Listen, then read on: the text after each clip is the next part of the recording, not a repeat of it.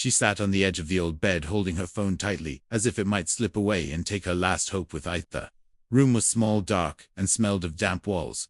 Rainwater dripped from a crack in the ceiling into a plastic bowl on the floor. Son slept beside her, curled into himself, thin arms wrapped around a torn pillow. Aisha had stopped counting how many nights she cried silently. She had stopped counting how many promises she made to herself that things would get better. All she knew was that tomorrow the landlord would command. She had nothing to give. She stood up slowly, careful not to wake her son. She walked to the wall and touched the eviction. Noticed the paper was wrinkled, but the words were clear. Final warning. Her legs felt weak. She returned to the bed and picked up her phone. The screen was cracked like her life. She opened the message app and typed a number she thought she knew.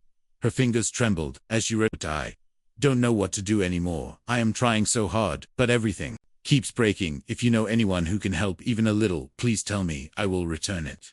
I promise." She stared at the message for a long moment. Then she pressed send. She placed the phone down and covered her face with her hands. Her chest felt tighter, breathing uneven. She did not know the message went to a stranger across.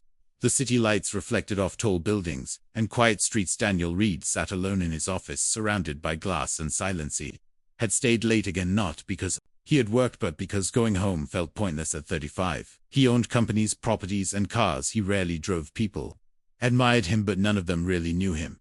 He loosened his tie and leaned back, closing his eyes. Memories came without permission. Small house, a tired mother, empty cupboards. He opened his eyes when his phone buzzed. Unknown number. He frowned and opened the message. He read it slowly, then again. The words were simple but heavy. He felt something stir inside him, something he had buried for years. He typed without thinking. I think this message was sent to the wrong number, but are you okay? Aisha stared at the reply, her heart racing. Her first thought was fear. Her second was embarrassment. She typed back, "Kim, sorry, I didn't mean to message you. Please ignore." Ichi placed the phone face down and hugged her knees. She felt foolish, weak. The phone buzzed again. "Please don't apologize. If you don't want to talk, that's okay, but if you do." Hear her eyes filled with tears. She picked up the phone. Again her son shifted in his sleep and whispered, "Mama." That single word broke her. She started typing. Her story poured out. She told him about her husband who went to work one morning and never returned, about the accident and the hospital room that smelled of medicine and loss, about signing papers she didn't understand, about becoming a widow at 27. She told him about the factory job she took, cleaning machines for long hours, about the day she was told not to come back because machines were cheap, walking home in the rain holding her lunch she never ate. She told him about her mother who needed medicine every month, about choosing between food and pills, about pretending everything was fine. Daniel read every message carefully. He felt his throat tighten. He did not interrupt. When the messages stopped, there was silence. Aisha felt exposed. She regretted sharing so much. Then a reply came. "Where are you right now?" She hesitated, then answered, "Honestly, a small apartment near the old market." Daniel stood up immediately. He grabbed his coat. He did not overthink. Tipped to Ken. "I come talk to you. I just want to understand." Isha stared at the message. Fear rose inside her, but so did hope. She looked at her son. She thought of tomorrow. She typed, "Okay." An hour later, headlights stopped outside her building. She peeked through the curtain, her hands shaking. A man stepped out, holding an umbrella. He looked around, unsure, not rich, not threatening. Her phone rang. Him outside. She opened the door. Slowly the hallway smelled of wet cement. They looked at each other. He had tired eyes. She had fear written on her face. They sat on the stairs. Rain fell around them. "Daniel," he said softly. "Aisha," she replied. They talked quietly about small things. At first, out rain, about the building, but life. He listened more than he spoke for the first time in months. Aisha felt seen when he left that night. She didn't know what would happen, but she slept with a little less fear there. Next morning, the landlord knocked. Aisha opened the door with shaking hands. Before he could speak, another voice interrupted. "She is staying." Daniel stood behind him, calm and firm. The landlord stepped back, confused. Daniel handed him papers. Rent paid in advance, a legal agreement.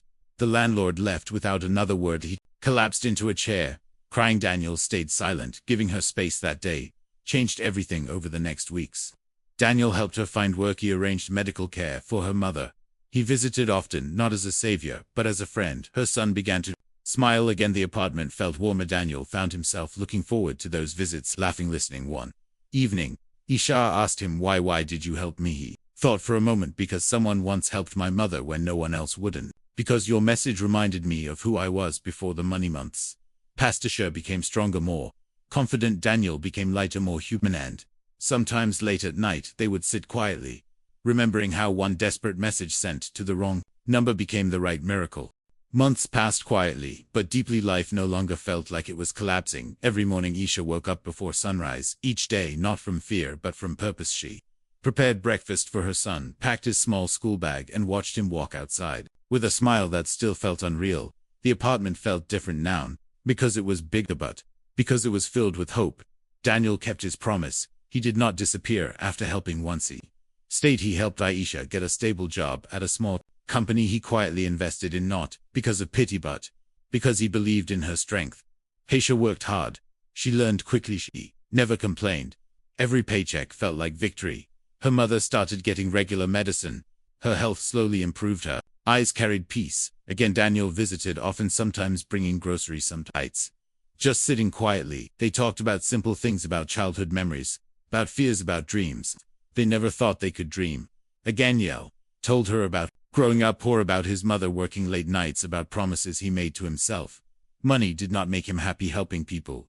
Daisha listened. She understood him in ways no one ever had. Their bond grew naturally, no pressure, no labels. One evening, Daniel came earlier than usual. He looked disturbed. Aisha noticed immediately something wrong. She asked softly. Daniel sat down slowly. My board found out about you. Her heart dropped. They think him distracted. They think him making emotional decisions. Felt panicked rise him. Sorry, she said quickly. Never wanted to cause trouble. Daniel shook his head. You did not cause anything. You reminded me of what matters. The next day, headlines spread quietly in business circles. Daniel Reed stepping down temporarily. Followed. People questioned his sanity, his judgment. Daniel did not care. He spent more time helping people directly, funding shelters, creating jobs. Aisha watched him change, and she changed too. One afternoon she received a call from her office. She was promoted. Her hands shook as she thanked them. She ran home smiling. Her son hugged her tightly that night. They celebrated with simple food and laughter. Life was not perfect, but it was real. Weeks later, Daniel took Aisha and her son to a park. The sky was clear, the wind gentle. They sat on the grass watching her son play. Daniel looked at Aisha. Do you regret sending that message? She smiled softly. No, it saved us. Daniel nodded. It saved me too. Time passed, seasons changed. Daniel officially left his old company. He started something new, something meaningful. Aisha stood by him, not as someone he rescued, but as someone who walked beside him. People judged, people talked. They did not care. One evening, Daniel visited Aisha with a small box. Her heart raced. He opened it slowly. Inside was a simple ring, not expensive, not flashy, just honest. I am not perfect, he said. I cannot promise easy days, but I promise honesty and respect. Aisha cried, not from fear but from gratitude. She nodded. Aisha son hugged them both. Laughing. Months later they stood in a small ceremony. No luxury, no media, just Lavisha looked around. Her mother smiling, her son running freely at Daniel holding her hand. She thought of that night, that broken room, that desperate message. Life had not changed because of money. It changed because someone listened, on because she dared to send one message to the wrong number that became her forever.